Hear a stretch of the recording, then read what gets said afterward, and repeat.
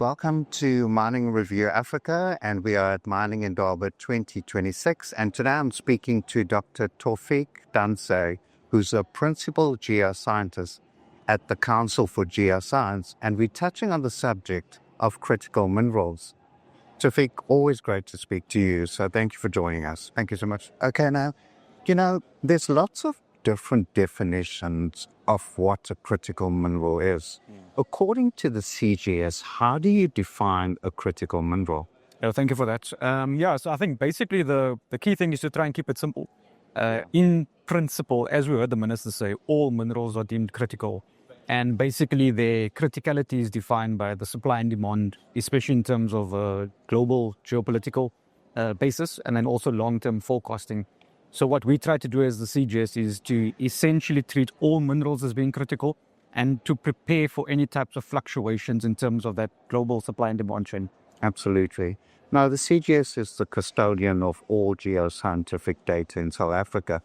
How is that data helping to unlock critical mineral potential in the country? So essentially what we have learned is that a lot of these minerals that are deemed to be critical right now were well known previously. So essentially in a certain geological environment, you tend to find different varieties of minerals, and some of them may not necessarily be deemed critical when you're mining it currently. Right. But the key thing is to try and understand that fundamental geoscience that essentially controls how these minerals form and how they can concentrate.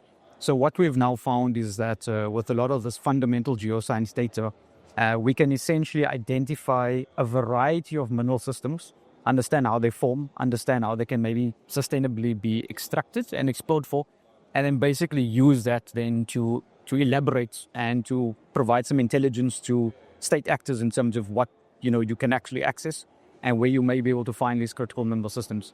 And I'll use one example. A lot of these minerals that we have right now, because South Africa has been a long-standing mining environment for maybe more than 100 years, a lot of the global demand for certain mineral systems, we've actually been extracting from the ground previously.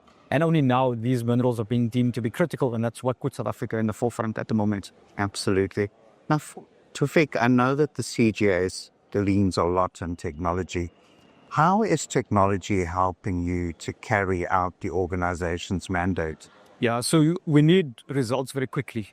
So therefore, you have to apply these type of technologies to make sure you can essentially convert your research into results that can ultimately lead to tangible governance and policies being developed.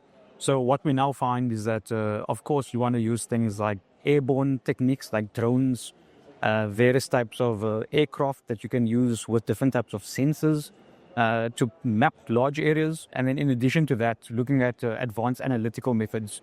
So once you sample many of these rocks, a lot of these critical minerals are quite minute in the rock mass. So you need more advanced techniques to try and analyze that and trying to essentially uncover how much you might have. More than that, of course, the CGS has a lot of legacy data. So we're now trying to use various types of artificial intelligence in terms of modeling that data and also trying to project that data in understanding where you might find additional mineral systems and how that might play in the global geopolitical environment.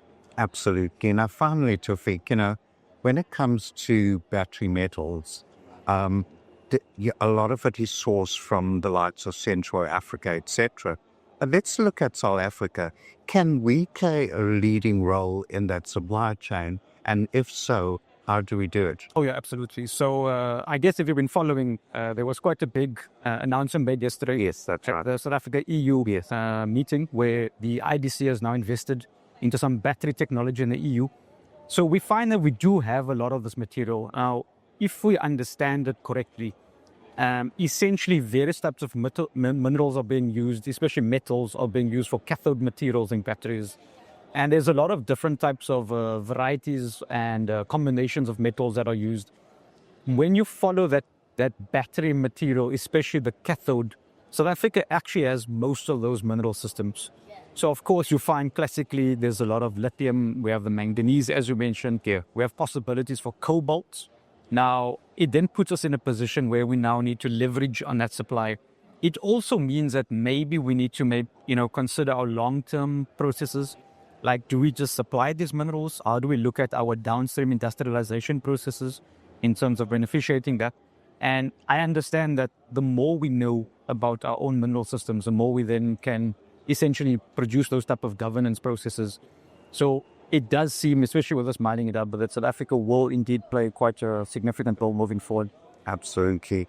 Taufeeq, always great chatting to you. Thank you for your insights and for joining us on Mining Review Africa today. Now, thank you so much.